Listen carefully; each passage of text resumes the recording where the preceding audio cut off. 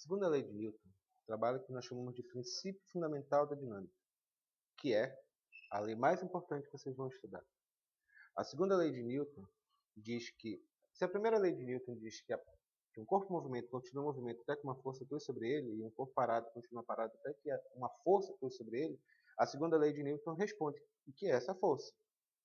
A segunda lei de Newton fala o seguinte, que a resultante das forças, vou até escrever isso daqui, a resultante das forças, isso é muito importante, a resultante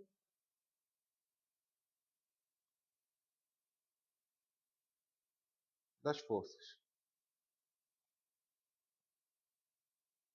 que atuam em um corpo é o produto da massa pela aceleração desse corpo.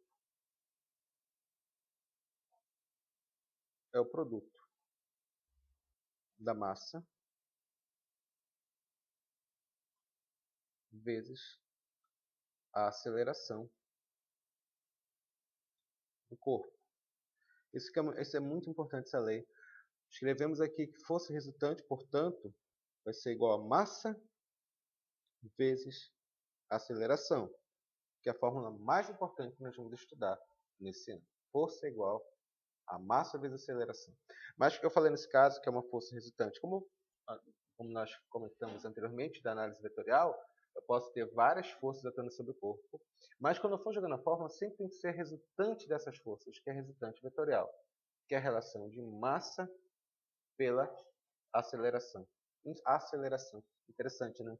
Porque se o corpo ele está acelerado, significa que essa força atuando no corpo aqui, ela vai definir o quê? O movimento uniformemente variado e as equações do movimento uniformemente variado.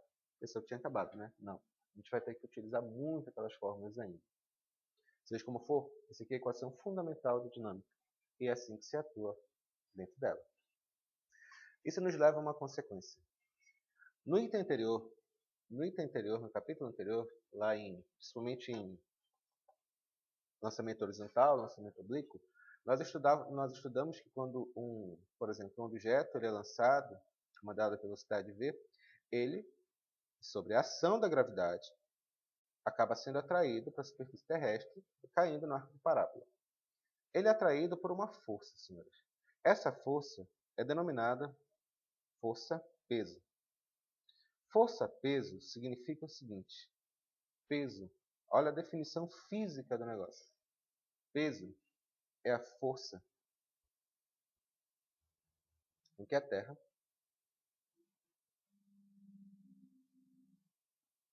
quando eu falo, é qualquer coisa que tem uma massa muito grande.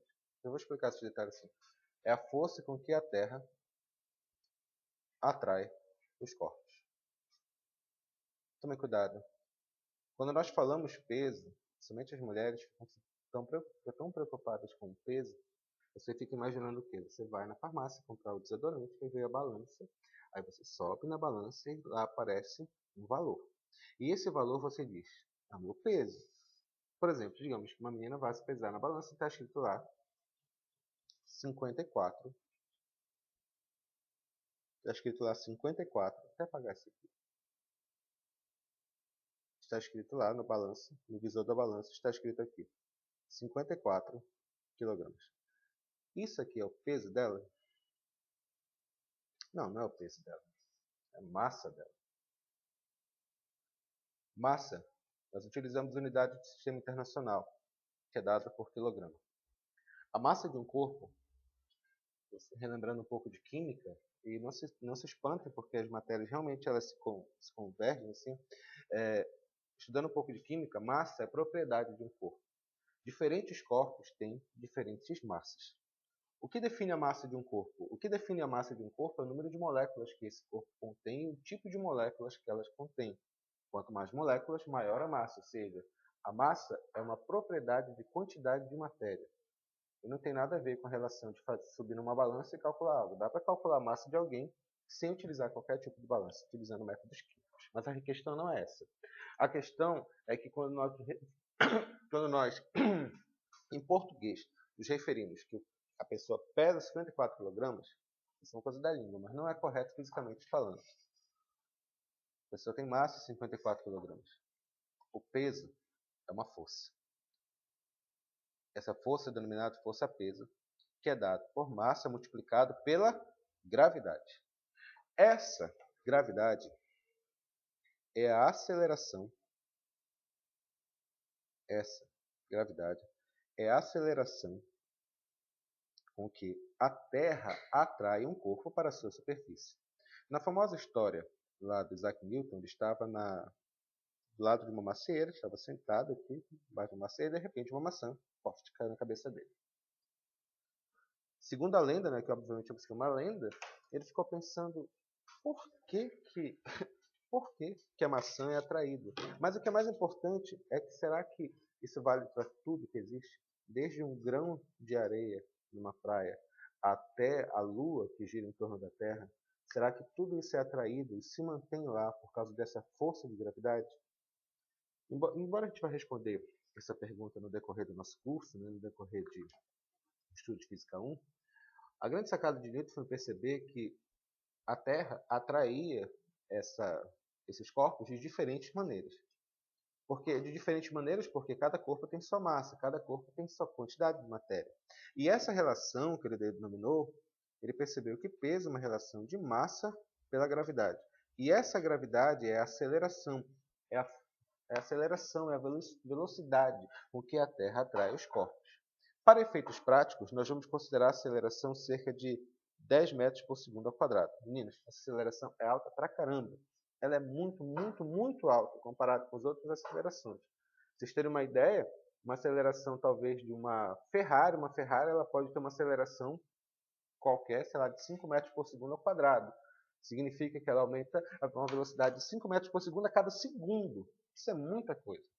Mas a gravidade é maior ainda. Ela tem uma aceleração de 10 metros por segundo. 10 metros por segundo ao quadrado. Ou seja, que a cada segundo a velocidade aumenta 10 metros por segundo. Ou seja, a cada segundo, transformando, e vocês lembram disso aqui, aumenta a cada segundo.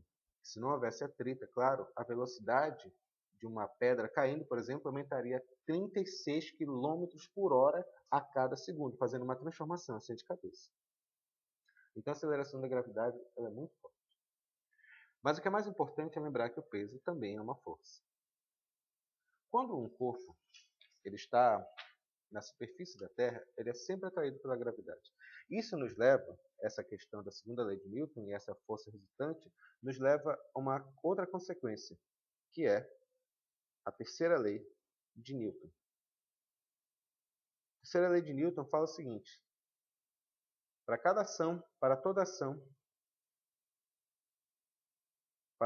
ação, existe uma reação igual e no sentido contrário. Para toda ação, existe uma reação igual e no sentido contrário. E eu vou adicionar algo aqui para facilitar nosso cálculo. Entre força, vírgula, entre superfícies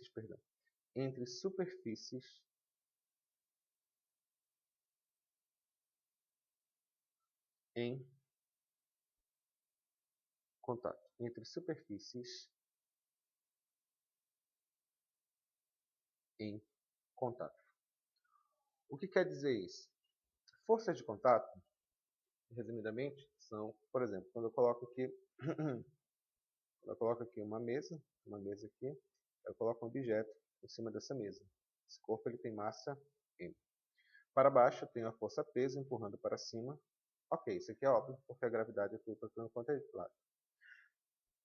Mas ao mesmo tempo, senhores, eu tenho a mesa exerce uma força no sentido contrário. Quando você coloca aqui, você tem uma parede, você coloca um objeto aqui encostado na parede. E você empurra esse aqui com uma força F, mantendo encostado na parede, como se você segurasse um livro contra a parede. Ao mesmo tempo, a parede exerce uma força no sentido contrário. Isso são denominadas forças de reação. A terceira lei de Newton diz que para cada ação existe uma reação igual no sentido contrário. Quando a gente lembra dessa força, a gente lembra do caso mais espetacular, né? Por exemplo, um foguete espacial liberando o gás na parte final dele, no final do foguete. O gás é lançado para um lado e o foguete é lançado no sentido contrário, ele vai embora. Isso, obviamente, é a terceira lei de Newton. Para cada ação existe uma reação igual no sentido contrário. Mas também existe a questão de forças de contato, que a gente está dizendo aqui. Quando o corpo você está em contato com outro, sempre existe o princípio de ação e reação. Ficou claro? Isso é bem simples. Tá, Henrique, como é que a gente vai calcular esse negócio assim? Bom, a gente vai calcular isso através de análise vetorial. Tudo bem? Quando a gente fala análise vetorial, eu falo desse tipo aqui. Por exemplo, eu tenho um corpo, vou colocar o desenho aqui de um bloco. Eu tenho um corpo de massa M e, embora, meninos, prestem muita atenção no que eu vou falar agora, embora eu esteja desenhando eles aqui separados, vocês vão fingir que eles estão juntos. Tudo bem? Só para desenhar bem as forças. Eu vou aplicar uma força F desse lado. Você vai responder, para onde o corpo vai se movimentar? Se você aplicar uma força F desse lado, esse cara vai se movimentar junto com esse. Então, ele vai se movimentar nesse sentido. Vou escrever aqui. Isso aqui é o sentido do movimento. Quando você aplica a força F no bloco M, o bloco M empurra o bloco M', que é o outro. Ele empurra com que força? Eu vou chamar esse bloco aqui de A. E deixa eu apagar isso, ficar mais claro.